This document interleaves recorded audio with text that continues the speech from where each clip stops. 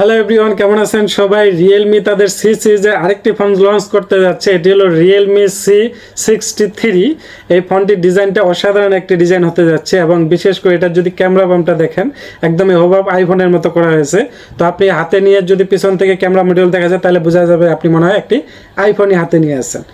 যাই হোক, এই ফোনটির থিকনেসে পাবো আমরা 7.7 mm এবং ওয়েট পাবো 189 গ্রামের মতো এবং এটা ডিসপ্লেতে ব্যবহার করা হয়েছে 6.78 ইঞ্চির একটি IPS LCD 90 হার্জ রিফ্রেশে একটি ডিসপ্লে এখানে ব্যবহার করা হবে এবং এটাতে কিন্তু রেজুলেশনে পাবো আমরা 720x1600 পিক্সেল রেজুলেশন আমরা এখানে পেয়ে যাব এবং এটাতে ব্রাইটনেস পাবো 560 ব্রাইটনেস এখানে পেয়ে যাব এবং এটার স্ক্রিন টু বডি রেশিও হবে 85.7% এবং এখানে PPI ডায়মন্ডসিটি ব্যবহার করা হবে 260 PPI ডায়মন্ডসিটি এখানে ব্যবহার করা হবে। তো বাজেট বিবেচনায় ওভারঅল এই ডিসপ্লেটা পারফেক্টই হতে যাচ্ছে এবং এই ফোনটি রান করবে অ্যান্ড্রয়েড 14-এ। এখানে রিয়েলমি UI 5.0 পেয়ে যাচ্ছি এবং এখানে কিন্তু প্রসেসরে পাবো আমরা ইউনিসকের একটি প্রসেসরে ব্যবহার করা হয়েছে ইউনিসক টাইগার T612 এবং 12 ন্যানোমিটার একটি প্রসেসর এখানে ব্যবহার করা হবে এবং এখানে মালি পাবো আমরা মালি G57 এবং এই ফোনটি যদি আমি এই ভেরিয়েন্টের কথা বলি, এই ফোনটিতে দুইটি ভেরিয়েন্ট পাবো আমরা, 6GB 128GBর সাথে 8GB 256GB ভেরিয়েন্ট আমরা পেয়ে যাব।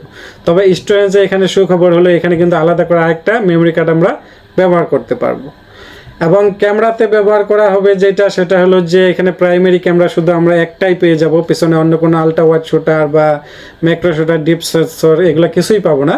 তো এখানে শুধু সিঙ্গেল ক্যামেরা ব্যবহার করা হয়েছে যেটা নাকি 50 মেগাপিক্সেলের।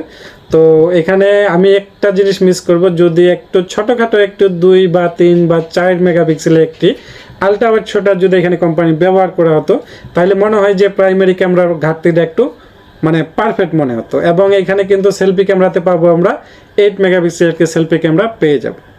তো ক্যামেরা এবং ডিসপ্লে প্রসেসর ওভারঅল বলা গেল, এখন বলা যাক ফোনটির ব্যাটারি সেকশন নিয়ে। ফোনটির ব্যাটারিতে ব্যবহার করা হবে 5000 mAh একটি ব্যাটারি, সেই সাথে 45 ওয়াটের একটি ফাস্ট চার্জার আমরা পেয়ে যাব। তো ওভারঅল এই ফোনটি কিন্তু লঞ্চ করা হবে কয় তারিখে সেটা আপনাদেরকে বলিনি। এই ফোনটা কিন্তু লঞ্চ করা হবে জুন মাসের 4 তারিখে, অর্থাৎ জুন মাসের 4 তারিখে এই ফোনটি লঞ্চ করা হবে 24 সালের।